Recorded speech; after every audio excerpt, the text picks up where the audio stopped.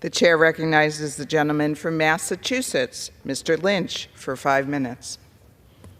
Thank you. Good morning, Madam Speaker. Madam Speaker, as a member of the Subcommittee on National Security, I rise in strong support of our international ally, Ukraine, and the more than 37 million Ukrainians who remain determined to defend their independence in the face of more than 2 years of state-sponsored terrorism at the hands of Vladimir Putin's Russia. In submitting his annual budget request to Congress just yesterday, President Biden again appealed for immediate emergency funding for Ukraine, a request the administration first made back in October of 2023. According to the President, absent congressional action on this emergency request, the United States will not be able to continue to provide support to Ukraine to meet their battlefield needs as they defend against Russia's attacks each and every day. The Ukrainian armed forces are already enduring direct impact of this congressional impasse on Ukraine aid. While Ukraine is dropping guided bombs on, while Russia is dropping guided bombs on Ukraine's positions and firing 10,000 artillery shells per day, Ukrainian soldiers on the front lines have been left to ration munitions and other critical supplies. It's not surprising that the past several weeks have witnessed the fall of the strategic Ukrainian city of Avdiivka and additional Russian advances in eastern Ukraine. Only through their steadfast will and courage have the Ukrainian people been able to effectively resist the brutal Russian onslaught.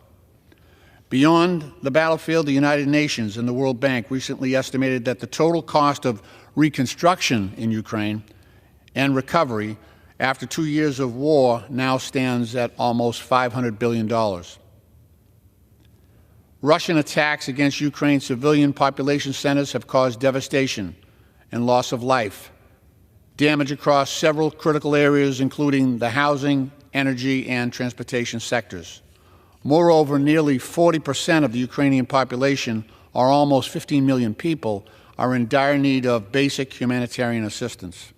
Last month, the U.S. Senate overwhelmingly passed a bipartisan national security funding bill that includes more than $62 billion in security and humanitarian assistance for Ukraine.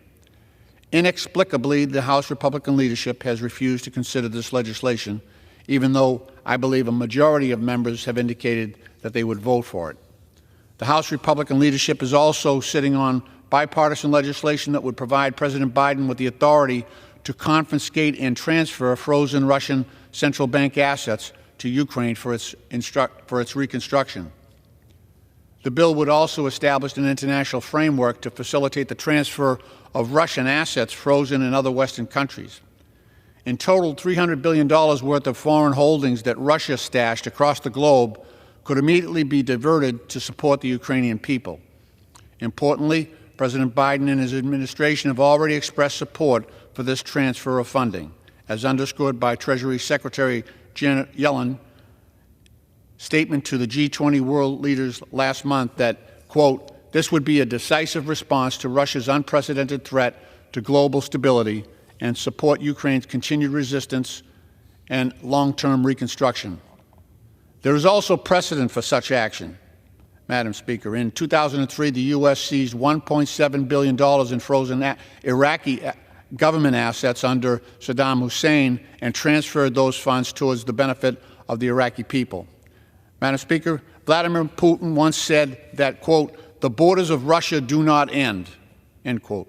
He recently threatened the destruction of civilization and warned NATO countries that the consequences for potential interventionists will be much more tragic, close quote.